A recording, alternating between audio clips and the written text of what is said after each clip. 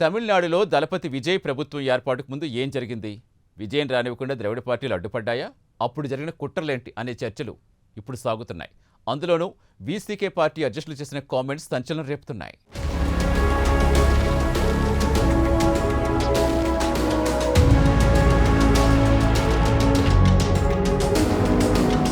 తమిళనాడులో టీవీకే పార్టీకి సరైన మెజార్టీ రాని నేపథ్యంలో చాలా రోజుల పాటు హైడ్రామా నడిచింది. ఎవరు మద్దతిస్తారో తెలియని పరిస్థితి నెలకొంది. చివరకు చిన్నాచితిక పార్టీలు కూడా బెట్టు చూపిన పరిస్థితి కనిపించింది. ద్రవిడ పార్టీలైతే విజయ్ను రానివ్వకుండా తాము ఏకం కావాలన్న నిర్ణయం వైపు కూడా ఆలోచించాయి. ఈ నేపథ్యంలోనే వీసీకే పార్టీకి పట్టం కట్టాలని కూడా ఆలోచించినట్టు ఇప్పుడు బహిర్గతమైంది.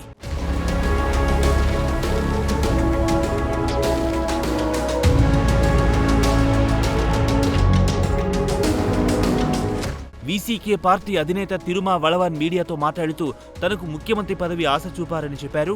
అప్పట్లో డీఎంకే, అన్నా డీఎంకే పార్టీలు పవర్ షేరింగ్ ఫార్ములా వైపు కూడా ఆలోచించారని సంచలన వ్యాఖ్యలు చేశారు. విజయ్కు మద్దతివ్వొద్దని తనకు సూచించారని, తనకు ముఖ్యమంత్రి పదవి కూడా ఇస్తామని చెప్పారని అన్నారు.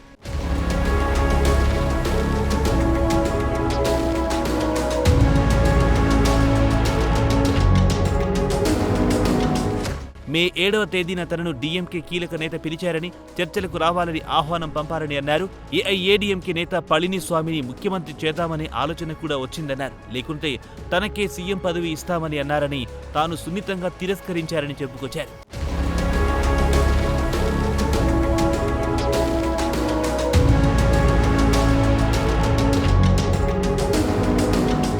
తనకు సీఎం పదవి అనగానే తాను నవ్వుకున్నానని, తమిళనాట ఇలాంటి పరిస్థితి గతంలో ఎన్నడూ రాలేదని అనుకున్నారని చెప్పారు. తాను టీవీకేకు మద్దతిస్తున్నట్టుగా ప్రకటించగానే తనకు అదే పనిగా ఆఫర్లు వస్తూనే ఉన్నాయని, తాను తిరస్కరిస్తూ వచ్చారని అన్నారు.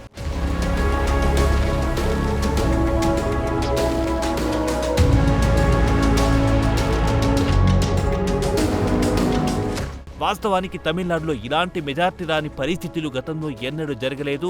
ఏదో ఒక పార్టీకి భారీ స్థానాలు రావడం కనిపించింది. ఓసారి డీఎంకే వస్తే మరోసారి ఏఐఏడీఎంకే ప్రభుత్వాలు వచ్చేవి. అయితే జయలలిత మృతి తర్వాత అన్నా డీఎంకే ప్రాభవం కొంత తగ్గింది.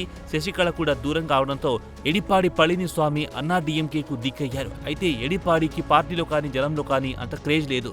చివరకు డీఎంకే పవర్ఫుల్ గా మారింది. కానీ ఈసారి ప్రభుత్వ వ్యతిరేక ఓటు వల్ల డీఎంకే కూడా చతికిల పడింది. మూడో ప్రత్యామ్నాయంగా టీవీకే పార్టీ ఆవిర్భవించింది. అయితే మూడో పార్టీ వస్తే ద్రవిడ పార్టీల ప్రభావం పడిపోతుందని డీఎంకే ఆలోచించింది. అందుకే ఎలాగైనా సరే టీవీకే ప్రభుత్వంలోకి రాకూడదని ప్రయత్నాలు సాగించింది.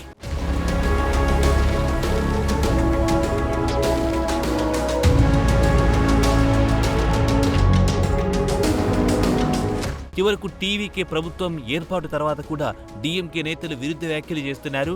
టీవీకే ప్రభుత్వం 6 నెలలు పడిపోవడం ఖాయమని చెబుతూ వస్తున్నారు. ఇదంతా చూస్తుంటే విజయ్ సర్కార్ ఏర్పాటుకు ముందు డీఎంకే పార్టీ తమిళనాడులో మూడో వ్యక్తి రాకుండా శతవిధాలుగా ప్రయత్నించారని అర్థమవుతుంది.